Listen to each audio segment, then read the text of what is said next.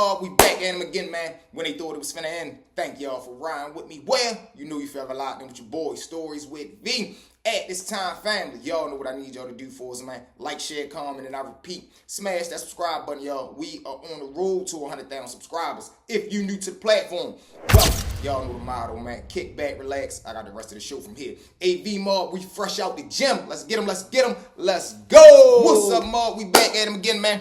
Kicking it off from the top, we coming off an amazing story. Make sure, man, let's get this video to 500 likes, man, 10,000 views. Let's get it. A Baltimore hit a part 2. So now, this one right here, man, is when dudes go ahead and they get into situations and you lead a men in the blind. You cannot do that because one thing about the field, one thing about the hood, around the way, the ghetto, whatever you want to call it is, you got to have a communication line. You can't leave nobody in the blind because this is not no a friendly sport. Somebody being left in the blind could end up costing them more than they willing to pay. So now we got this well-known neighborhood, and I'm talking about the neighborhood breed nothing but head tabs, and you'll come to find that out later on in the story. So now, little dude around there, for real, they ends up getting into some bump. Now, they get into some bump over some pure nonsense. Now, when I say nonsense, I mean in a goddamn sale.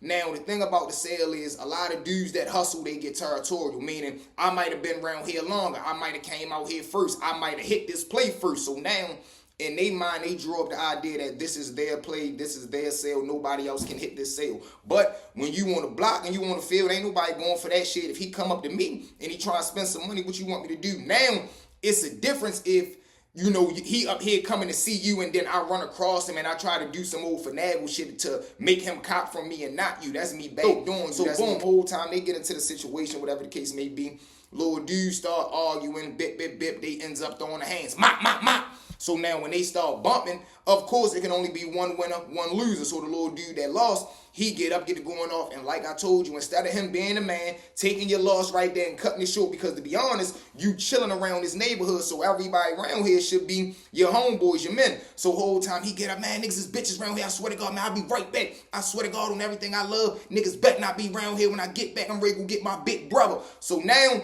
you done brought your big brother into the situation. You done brought other people into the scenario for absolutely nothing. Your big brother has nothing to do with what you just did right here. This is between you and another man. Long story short, he gets up out of there for real. He jump in the car. He pull off. Now, the dudes on the block, they could have wore the car out right there, and they could have literally wore him out right there because, to be honest, you just threatened me. You just said you ready to go get your big brother, and he ain't coming around here to talk, and me and you just got into it physically, so I know he ain't coming around here to fight. So what else could it be? You ready to go get that iron, and he ready to come around here trying to sling that hot shit. So if they really was on some bullshit with him and not looking at him like an ally, a homeboy, and a friend, they could have just flooded the car right there, but they let him go ahead about his business. He go ahead and dip. He go home. He start telling his big brother the story. But now what he do is he lied to his big brother. He say, man, I was around there. My sale pulled up. He was already coming to see me. And he had like, let's just put a number out there. He was ready to spend like $200-$300 with me. The little dude around there and the rest of the guys around there, they gonna try to backdoor me, telling him they got it for the low and that I'm out here selling burn shit. The shit that I got ain't what I'm saying it is. So now they hit the sale. We get into it. I get to getting the best of the little nigga whole time. The rest of them jump off the porch and they jump me. So now the bruises that Shorty got up on him from what the one single person did, it looked bad enough the way as though it looked like somebody could have jumped him. So now big bro, of course, what? Man, where the fuck niggas at? Shit, they round the way. All right, stay right here, say less. He shoots upstairs. He grab that motherfucker, put it on his hip. He shoot back down. They jump in the car. Now, the big brother specifically tell them, listen, I'm not going around here to do no plan, so I'm asking you now, do you want me to go around here? Because if you know if I go around there, what I'm finna to do, so I ain't trying to go around there, I spin that bitch, and then tomorrow you all feeling sad, you tender because you moving off of emotion. Do you want me to go around there? Little bro right there, he start feeling his lumps. He like, yeah, come on, fuck that shit. Whole time they dip out, they jump in the car, they spin around. Now, jumping back to the little men, to the little dudes that's already on the block. They all right there cool and chilling, but like I tell you, an average day on the block, everybody is under the influence, everybody is intoxicated, everybody is numb and busted. So now everybody right there cool and they in the middle where they want to. They see the car pulled down, but the first car that spent is not the brother and them, it's another sale. So one of the men run off the porch. He go right there to the car. He bit the cell. But as he's right there hitting the cell, the other guys, they sitting right there chilling on the porch, probably head in their phone. The brother and little bro spin around skirt. But the sound of the skirt, that shit got everybody up like, man, what the fuck? Who the fuck is that? So now everybody already start clutching. But this the wicked and wild part.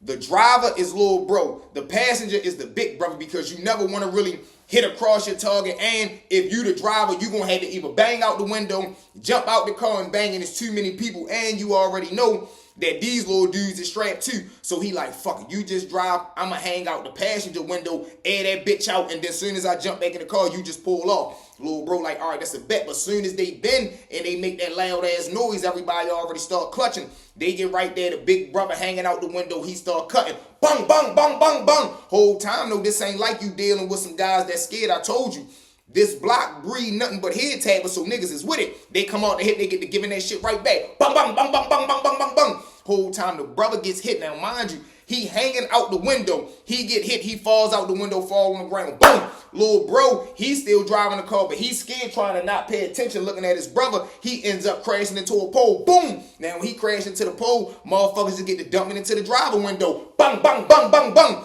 He ends up getting M1. One of the guys runs off the porch because the big brother still laid right there. Now, everybody can assume that he gone, but he still got a loaded weapon in his hand. So little bro go right there. He hit him 2 more times. Boom, boom. They gets up out of there, because now at this point, you still got to understand, this could have went bad for a lot of people. The cell that was right there that just witnessed this, thank God he had just got done getting hit, because the little dude that hit him, he came out to get the hitting back as well. But he got up out of there. They could have aired his car out, not wanting to witness. Everybody gets up out of there, though. Clear the scene. Ambulance and the police arrive. Both of them is pronounced clear on the scene. All this over what? Over a goddamn sale? Over 2 homeboys getting mad, even if it was $200,000. The shit ain't worth that. You can't be a man and stand on your own beef. You got to go home and get another man, your brother. And that shit ended up costing both of y'all more than y'all was willing to pay. Y'all, do I gotta say it? Wicked and wild situations, man. With that being said, family, let's get up in the story number 2. Now, my story number 2, man, another wicked and wild situation when you leave people in the blind. So now, we got a well-known neighborhood for real now. They more so secluded for real. They projects is more so ducked off, whatever the case may be. Now, they got an outstanding member from this neighborhood. He ends up passing away. So he passed away due to somebody trying to rob him. He ain't want to go for it. He ends up reaching for the weapon. Couple shots end up falling off. He get hit below the waist. You know, he ends up unfortunately falling to the wound. So now he passed away, but every year his neighborhood would throw a national like party, a little cookout for real in memory of him. So now, on this day, for real, it's the cookout day for little bro. Whole time, one of the guys so now, away. Him being so gone in his habit, he don't got enough money. He can't get an outfit. He can't get busted, loaded, whatever the case may be. He want to pull up to his homeboy little holiday in style, because everybody else around the way, they doing what they doing. They hustling. They got money. They fly. Motherfuckers is going to the mall. They hollering at the broad, so forth and so on. He know his neighborhood ready be lit. So what does he do? He jump in the car. He shoot across town. He rob a little dude. He robbed a little dude. Now, when he do it, of course, he doing it under the circumstance of, I'm going to be able to get away with this shit. I'm ready to go blow the money so now I can look good and have fun for my homeboy little national holiday joint. Boom. He shoot back round the way, but what he don't know is the little guy that he done just robbed, he know who he is. Like, I know shit, he had a mask on, but I know his voice because his homeboy that passed away was an outstanding member. He was shaking and moving through the city. Whatever the case may be, he knew who the little nigga was. So now, come later on that night, he like, shit, ain't they ready to have a little situation up their way today? He like, yeah, man, we ready to go around there and air that motherfucker out. So now, again, you didn't just, your one situation, your one action that you done just did robbing somebody, you done put your whole fucking neighborhood in harm's way. So now the little dude that got robbed, he go get all his homeboys, they load up, they shoot over to the other little dude projects. Now, the way that it's set up is, it's like a block party for real. So everybody outside, of course, they wait until late night. They ends up spinning around there. When they spin around there, it's like 5 of them in a car. Not even a car, a van. Now, when they pull right there, it's like, this is the main street right here, and it's a hill, and then it's the basketball court, and the situation, moon bounce, the grill, everybody moving around, the bikes is out there, all the activities is at the top of the hill. So now the little dudes that's ready to flush that motherfucker, they parks at the bottom of the hill, they start walking up. When they walk up, they get into the middle of the hill, and they start letting that shit fly. boom, boom, boom, boom, boom, boom, boom. Now, mind you, it's 4 of them in the car.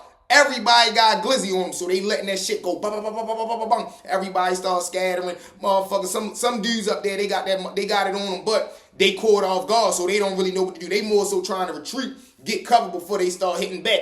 But by the time they get themselves together and get to the top of the hill, the little dudes is already in the car. They pull off. Now, little dudes that wore it out, they get up out of there. Now, the people that ends up getting hit at the cookout, guess how many people get hit, V-Mob? 4. A man, a woman, 2 kids. Guess who make it? The 2 adults. Guess who don't? The 2 kids. Wicked and wild situation, yo. All over a move that one person from that neighborhood did. And it never even came out until later on, probably like a week later, that shorty ended up doing that move, because now once he tell the rest of the guys around the way, a week later, mind you, man, I had jacked the nigga so forth and so on. The men around the way start putting that shit together like, man, what the fuck? You robbed a nigga when? What day was that? That was the day we had to cook out, right? So now automatically a motherfucker thinking, well, man, what if them niggas that came up there and did that shit came back looking for you, and you done caused 2 young people to no longer be here? Long story short, motherfuckers start to do their investigation. They find out that was the cause of it. They was going off them as a hood, but they like, shit, we really can't do that because that's bro. But now you got the 2 people that ended up losing their family members. They not trying to hear that shit. One of them ends up baking a little dude a cake, putting 2 in his dome. He no longer with us, all because of an action that you wanted to do, and you ain't put nobody on point to possibly avoid all that shit. But y'all know the motto, man. Wicked and wild situations. With that being said, family, thank y'all for riding with me. Well, you know you fell locked in with your boy, Stories with V. At this time, one more time for me, family. Like, share, comment, and I repeat, smash that subscribe button, y'all. We'll be at 100K in no time, from the bottom of my heart. I love each and every one of y'all, man. Smash that like button, smash that subscribe button. We cutting up all 2025. Let's get it, let's get it. Let's go. We out.